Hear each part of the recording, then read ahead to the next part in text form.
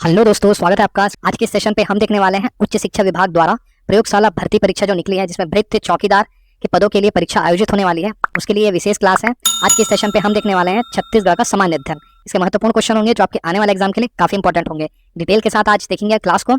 इसके पहले देखिए, मैंने पहला क्लास अपलोड किया था सामान्य विज्ञान के। अगर आप वाला क्लास नहीं देखे हैं तो उस क्लास को जाके देखिए। अगर आपको कंटेंट अच्छे लग रहे हैं, वीडियो के कंटेंट पसंद आ रहे हैं तो वीडियो को लाइक कीजिएगा। चैनल पर नए हैं तो चैनल को सब्सक्राइब कर लीजिए और बेल नोटिफिकेशन बटन को ऑन कर लीजिए। इसी प्रकार के कंटेंट आपको आने वाले समय में मिलने वाले हैं आपके एग्जाम के लिए, जो काफी हेल्पफुल होने वाला है। तो चलिए आज के सेशन को स्टार्ट करते हैं। उसके पहले आप सब मुझे बताएंगे इस क्वेश्चन का आंसर कमेंट बॉक्स में। इसका आंसर आपको मिलेगा वीडियो के लास्ट में। तो चलिए स्टार्ट करते हैं।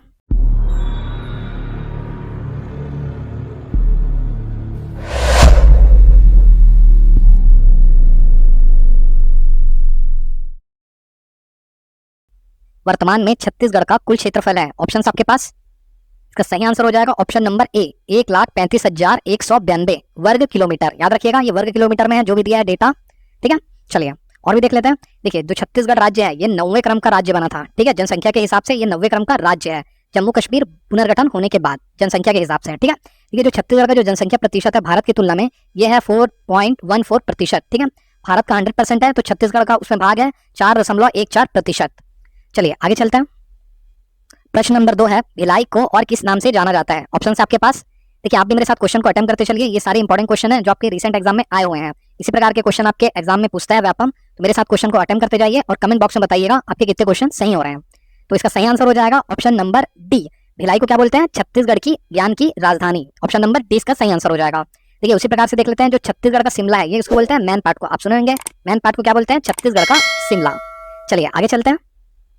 प्रश्न नंबर 3 है, निम्नलिखित में से साहित्य में सर्वप्रथम छत्तीसगढ़ का नाम प्रयोग करने वाले कौन है? आपको बताना है। ऑप्शन आपके पास।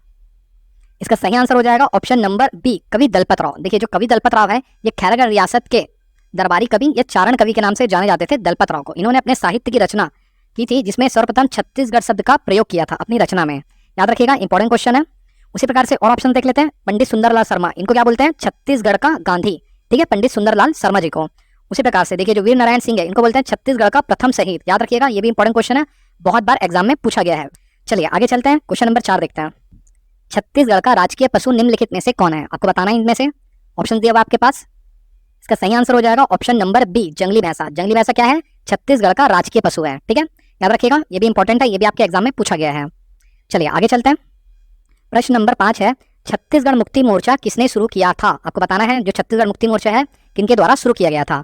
ऑप्शन आपके पास है। इसका सही आंसर हो जाएगा ऑप्शन नंबर सी, शंकर गुआ नियोगी द्वारा छत्तीसगढ़ मुक्ति मोर्चा शुरुआत किया गया था। ठीक है, देखिए इनके द्वारा जो छत्तीसगढ़ मुक्ति मोर्चा है ये किया गया था 1976 में।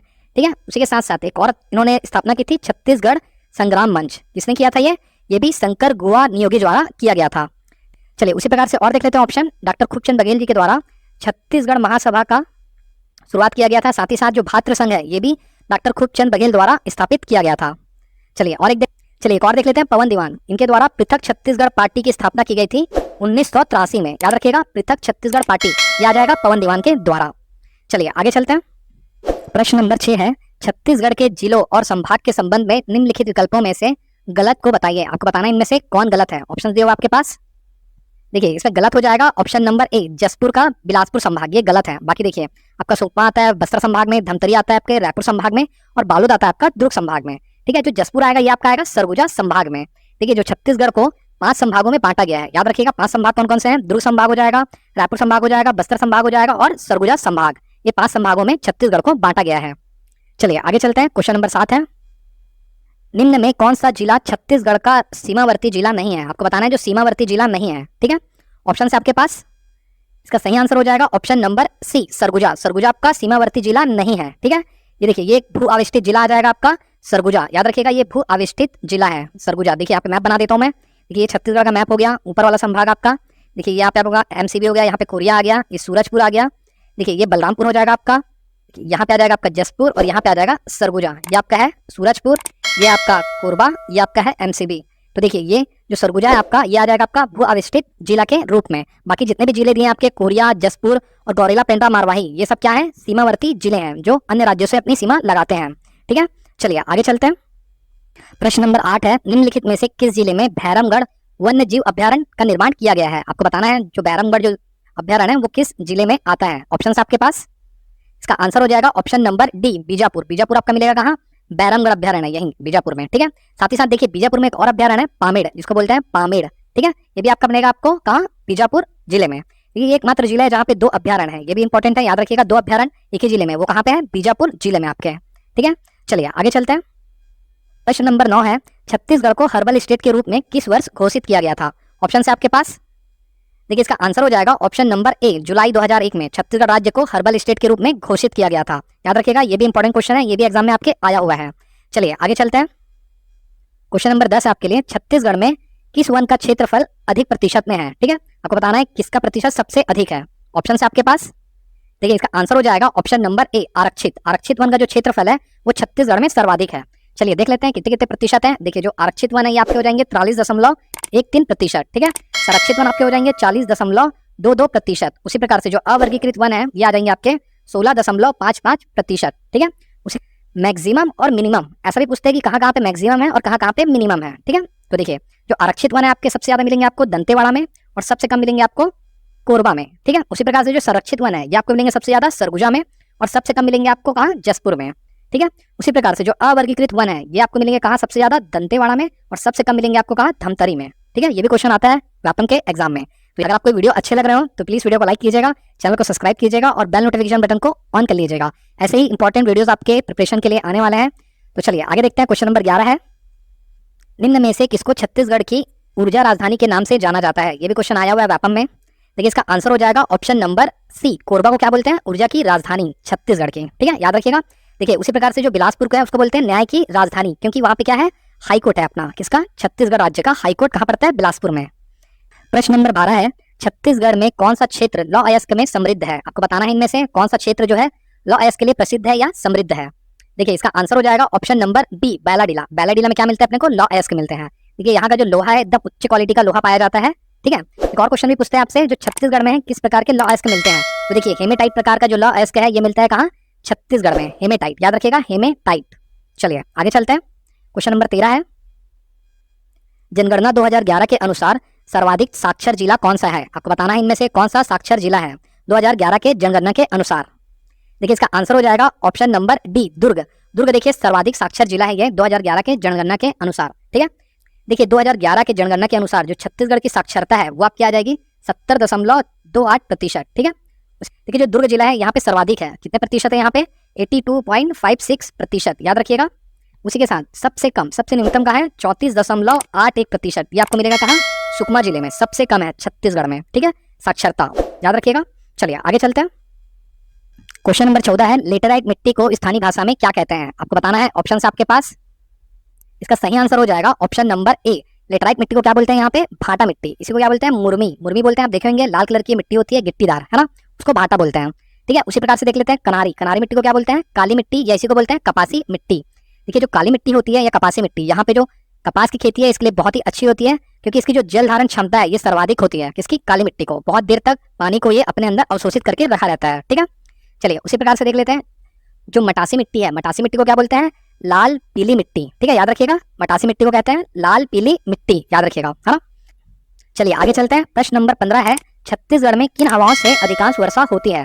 आपको बताना है, ऑप्शन दिया हुआ आपके पास। देखिए इसका सही आंसर हो जाएगा ऑप्शन नंबर बी, दक्षिण पश्चिम मानसून से देखिए सर्वाधिक वर्षा होती है कहाँ पे? छत्तीसगढ़ में। देखिए प्रश्न नंबर 16 है, सतयुग में महानदी का पौराणिक नाम क्या बताया गया है? आपको बताना है, ऑप्शन आपके पास। देखिए इसका जो सही आंसर हो जाएगा ऑप्शन नंबर बी, नीलोपतला। जो महानदी है उसको पौराणिक जो कथा है उसमें सतयुग में क्या बोलते थे? नीलोपतला, याद रखिएगा, इंपॉर्टेंट क्वेश्चन है। उसी प्रकार से देखिए जो प्राचीन काल में है महानदी को बोला जाता था कनक नंदिनी, ठीक है। जो चित्रोपतला है ये बोला जाता था द्वापर काल में, याद रखिएगा, महाभारत के काल में इसको बोला जाता था चित्रोपतला, ठीक है। चलिए आगे चलते हैं। प्रश्न नंबर 17 है, छत्तीसगढ़ में विशेष जनजातियों की संख्या है? आपको बताना है, ऑप्शन से आपके पास। देखिए इसका आंसर हो जाएगा ऑप्शन नंबर बी, 7। विशेष जनजातियों की संख्या है 7। देख लेते हैं इसमें से। देखिए जो सेंट्रल है वो देखिए 5 जनजातियों को विशेष पिछड़ी जनजाति मानता है, साथ ही साथ जो स्टेट है वो 2 जनजातियों को विशेष पिछड़ी जनजाति के रूप में मानता है, ठीक है। चलिए क्या क्या नाम है इनके ये भी देख लेते हैं। जो सेंट्रल के द्वारा जो विशेष पिछड़ी जनजाति है उसमें आपका आ जाएगा बैगा, अभुंजमाड़िया, कमार, बिरहोर तथा पहाड़ी कोरवा, ये आपके आ जाएंगे सेंट्रल के द्वारा विशेष पिछड़ी जनजातियों की श्रेणी में, ठीक है। देखिए उसी प्रकार से जो छत्तीसगढ़ की सरकार है वो देखिए 2 जनजातियों को विशेष पिछड़ी जनजाति के रूप में मान्यता दी है। कौन कौन सी जनजाति है वो? पहली आपकी भुजिया और दूसरी आपकी पंडोप। ये 2 जनजाति को माना गया है विशेष पिछड़ी जनजाति, ठीक है। छत्तीसगढ़ में। चलिए आगे चलते हैं। प्रश्न नंबर 18 है, युवा गृह घोटुल के युवती सदस्यों की प्रमुख होती है, आपको बताना है इनमें से कौन होती है उनकी प्रमुख, उनको किस नाम से बुलाया जाता है, ये आपसे पूछ रहा है। ठीक है, देखिए इसका आंसर हो जाएगा ऑप्शन नंबर सी, बेलोसा। बेलोसा करके बुलाया जाता है किसको, युवती सदस्यों की प्रमुख, जो वहाँ की प्रमुख होती है, हेड होती है उनको। ठीक है, जो युवती सदस्य होते हैं वहाँ पे, कहाँ पे, घोटुल में, उनको क्या बोलते हैं, मोटियारिन। उसी प्रकार से जो पुरुष सदस्य होते हैं, पुरुष सदस्यों को क्या बोला जाता है, चेलिक। याद रखिएगा, उनको चेलिक कहते हैं पुरुषों को। ठीक है, जो देखिए जो पुरुष में प्रमुख सदस्य होते हैं उनको किस नाम से जाना जाता है, सिर्रेदार, उनको बोला जाता है सिर्रेदार। ठीक है, घोटुल में। चलिए आगे चलते हैं। प्रश्न नंबर 19 है, सोहर गीत संबंधित है, आपको बताना इनमें से सोहर गीत कब गाया जाता है, विवाह के समय, मृत्यु के समय, देवी पूजन के समय, या बच्चों के जन्म के समय। ठीक है, देखिए इसका आंसर हो जाएगा ऑप्शन नंबर डी, बच्चों के जन्म के समय सोहर गीत गाते हैं, महिलाओं के द्वारा ये गीत गाया जाता है। आप देखे होंगे आपके आसपास, है ना, तो सोहर गीत का संबंध हो जाएगा किससे, बच्चों के जन्म के समय गाने वाला गीत, वो कहलाता है सोहर गीत। ठीक है, चलिए आज के सेशन का लास्ट प्रश्न देखते हैं। प्रश्न नंबर 20 है आपके लिए, छत्तीसगढ़ में महिलाएं किस त्योहार में गौरा गौरी गीत गाती हैं, आपको बताना है इनमें से कौन से त्योहार के टाइम गौरा गौरी गीत गाया जाता है महिलाओं के द्वारा। ठीक है, इसका आंसर हो जाएगा ऑप्शन नंबर डी, दिवाली के समय। दिवाली के समय महिलाएं क्या करती हैं, गौरा गौरी गीत गाती हैं। देखिए छत्तीसगढ़ में मनाया जाने वाला पर्व गौरा गौरी, ये मनाया जाता है आपका दिवाली में। ठीक है, इसमें भगवान शिव और माता पार्वती की पूजा की जाती है। इसमें अगर आपको वीडियो अच्छा लगा हो तो वीडियो को लाइक कीजिएगा, अगर चैनल पर नए हैं तो चैनल को सब्सक्राइब कीजिएगा और बेल नोटिफिकेशन बटन को ऑन कर लीजिए। इसी प्रकार के कंटेंट आपको मिलने वाले हैं आपके आने वाले एग्जाम के लिए।